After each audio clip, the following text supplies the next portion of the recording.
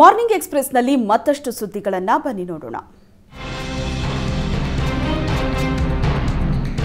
ಬೇಸಿಗೆ ಬರ್ತಾ ಇದ್ದಂತೆ ನೀರಿಗೆ ತತ್ವಾರ ಶುರುವಾಗಿದೆ. ಕಳೆದ 10 ದಿನಗಳ ಹಿಂದೆ ಇದ್ದಕ್ಕಿದ್ದಂತೆ ಬೋರ್ವೆಲ್ನಲ್ಲಿ ನೀರು ನಿಂತು ಹೋದ ಹಿನ್ನೆಲೆ ಕಟಾವಿಗೆ ಬಂದ ಬೆಳೆಯನ್ನೇ ರೈತ ನಾಶಪಡಿಸಿದ್ದಾನೆ. ಚಿಕ್ಕಬಳ್ಳಾಪುರ ತಾಲೂಕಿನ ಬೀಡಮಾಕಲಹಳ್ಳಿ ಗ್ರಾಮದಲ್ಲಿ ಘಟನೆ ನಡೆದಿದೆ. 60,000ಕ್ಕೂ ಹೆಚ್ಚು ಖರ್ಚು ಮಾಡಿ ರೈತ ಅಖಿಲ್ ರೆಡ್ಡಿ ಕಾಲಿಫ್ಲವರ್ ಬೆಳೆ ಬೆಳೆದಿದ್ದ. ಆದರೆ ಬೆಳೆ ಒಣಗ್ತಾ ಇರೋದನ್ನ ನೋಡಿ ರೋಟರಿ ಹಾಕಿ ರೈತ ಆಕ್ರೋಶ ವ್ಯಕ್ತಪಡಿಸಿದ್ದಾನೆ. ಪಶ್ಚಿಮ ಬಂಗಾಳದ ಸಂದೇಶ ಖಾಲಿಯಲ್ಲಿ ಮಹಿಳೆಯರ ವಿರುದ್ಧ ನಡೀತಾ ಇರೋ ಶೋಷಣೆ ವಿರುದ್ಧ ಅಖಿಲ ಭಾರತೀಯ ವಿದ್ಯಾರ್ಥಿ ಪರಿಷತ್ ಉಡುಪಿ ನಗರ ವತಿಯಿಂದ ಪ್ರತಿಭಟನೆ ನಡೆಯಿತು. ನಗರ ಕಾರ್ಯದರ್ಶಿ ಶ್ರೀವತ್ಸ ಮಾತನಾಡಿ, ಮಮತಾ ಬ್ಯಾನರ್ಜಿ ಟಿಎಂಸಿ ಸರ್ಕಾರದ ಈ ನಡೆ ಖಂಡನೀಯ. ಇದರ ಕುರಿತು ರಾಷ್ಟ್ರಪತಿಯವರು ಕೇಂದ್ರ ತನಿಖಾ ತಂಡದ ಮೂಲಕ ಉನ್ನತ ಮಟ್ಟದ ಪಾರದರ್ಶಕ ತನಿಖೆ ನಡೆಸಿ ಶೋಷಿತ ಮಹಿಳೆಯರಿಗೆ ನ್ಯಾಯ ಒದಗಿಸಿಕೊಡಬೇಕು ಅಂತ ಆಗ್ರಹಿಸಿದರು. ಕೊಡಗಿನಲ್ಲಿ ನಡೆದಿದ್ದ ದರೋಡೆ ಪ್ರಕರಣದಲ್ಲಿ 3 ಬಂಧಿಸಲಾಗಿದೆ. 2023 ಡಿಸೆಂಬರ್ 9ರಂದು ದರೋಡೆ ನಡೆದಿದ್ದು ಕೇರಳದ ಶಂಜಾದ್ ಅನ್ನೋರ ಕಾರು ಅಡ್ಡಗಟ್ಟಿ ದರೋಡೆ ಮಾಡಲಾಗಿತ್ತು.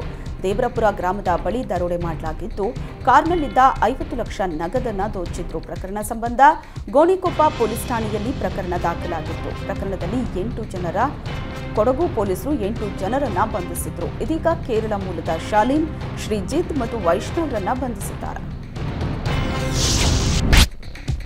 ಸರ್ಕಾರಿ ಹಾಸ್ಟೆಲ್ ಮತ್ತು ವಸತಿ ಶಾಲಾ ಹೊರಗುತ್ತಿಗೆ ನೌಕರರು ವಿವಿಧ ಬೇಡಿಕೆಗಳಿಗೆ ಆಗ್ರಹಿಸಿ ಪ್ರತಿಭಟನೆ ಮಾಡಿದ್ದಾರೆ.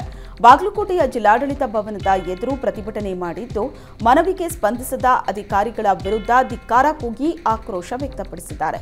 ಬಳಿಕ ಅಪರ ಜಿಲ್ಲಾಧಿಕಾರಿಗೆ ಮನವಿ ಸಲ್ಲಿಸಿದ್ದಾರೆ. ನೌಕರರ ಪ್ರತಿಭಟನೆಗೆ ಮಣಿದು ಅಪರ ಜಿಲ್ಲಾಧಿಕಾರಿ ಸೂಕ್ತ ಕ್ರಮ ಕೈಗೊಳ್ಳೋ ಭರವಸೆ ನೀಡಿದ್ದಾರೆ.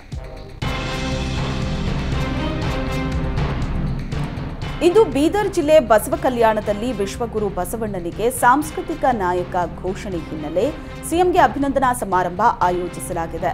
ಅಖಿಲ ಭಾರತ ವೀರಶೈವ ಲಿಂಗಾಯತ ಮಹಾಸಭಾ, ಲಿಂಗಾಯತ ಮಠಾಧಿಪತಿಗಳ ಒಕ್ಕೂಟ, ಬಸವ ಭಕ್ತರು ಹಾಗೂ ಅನುಭವ ಮಂಟಪ ಸಮಿತಿಯಿಂದ ಅಭಿನಂದನಾ ಸಮಾರಂಭ ಹಮ್ಮಿಕೊಳ್ಳಲಾಗಿದೆ. ಕಾರ್ಯಕ್ರಮದಲ್ಲಿ ರಾಜ್ಯದ ವಿವಿಧ ಮಠಾಧೀಶರು ಹಾಗೂ ರಾಜಕೀಯ ನಾಯಕರು, ಅಖಿಲ ಭಾರತ ವೀರಶೈವ ಲಿಂಗಾಯತ ಮಹಾಸಭಾದ ಅಧ್ಯಕ್ಷ ಶಾಮನೂರು ಶಿವಶಂಕರಪ್ಪ ಭಾಗಿಯಾಗಲಿದ್ದಾರೆ. ಬ್ರಹ್ಮಾವರ ಸಮೀಪದ ಆರೂರಿನ ಫಾರ್ಮ್ ಒಂದರಿಂದ 3 ಕುದುರೆಗಳು ತಪ್ಪಿಸಿಕೊಂಡು ಓಡಿ ಹೋಗಿದ್ವು. ಕೊನೆಗೂ ಗುಂಡ್ಮಿಯ ಟೋಲ್ಗೇಟ್ ಬಳಿ ಕುದುರೆ ಹಿಡಿದು ಫಾರ್ಮ್ನ ಮಾಲೀಕರಿಗೆ ಒಪ್ಪಿಸಲಾಗಿದೆ. ಫಾರ್ಮ್ನಿಂದ 5 ಕುದುರೆಗಳು ಭಾನುವಾರ ತಪ್ಪಿಸಿಕೊಂಡಿದ್ದು 2 ಕುದುರೆ ಸಿಕ್ಕಿದ್ವು.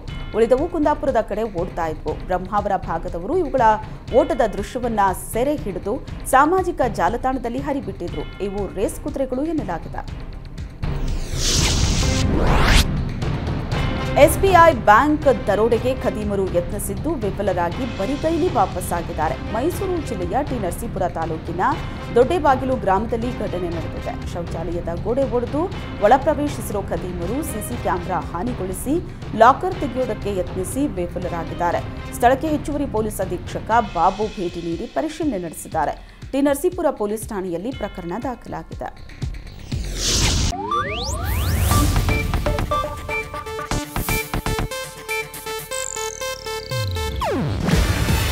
ಇದು ಏಷ್ಯಾನೆಟ್ ನ್ಯೂಸ್ ನೆಟ್ವರ್ಕ್ ಪ್ರಸ್ತುತಿ.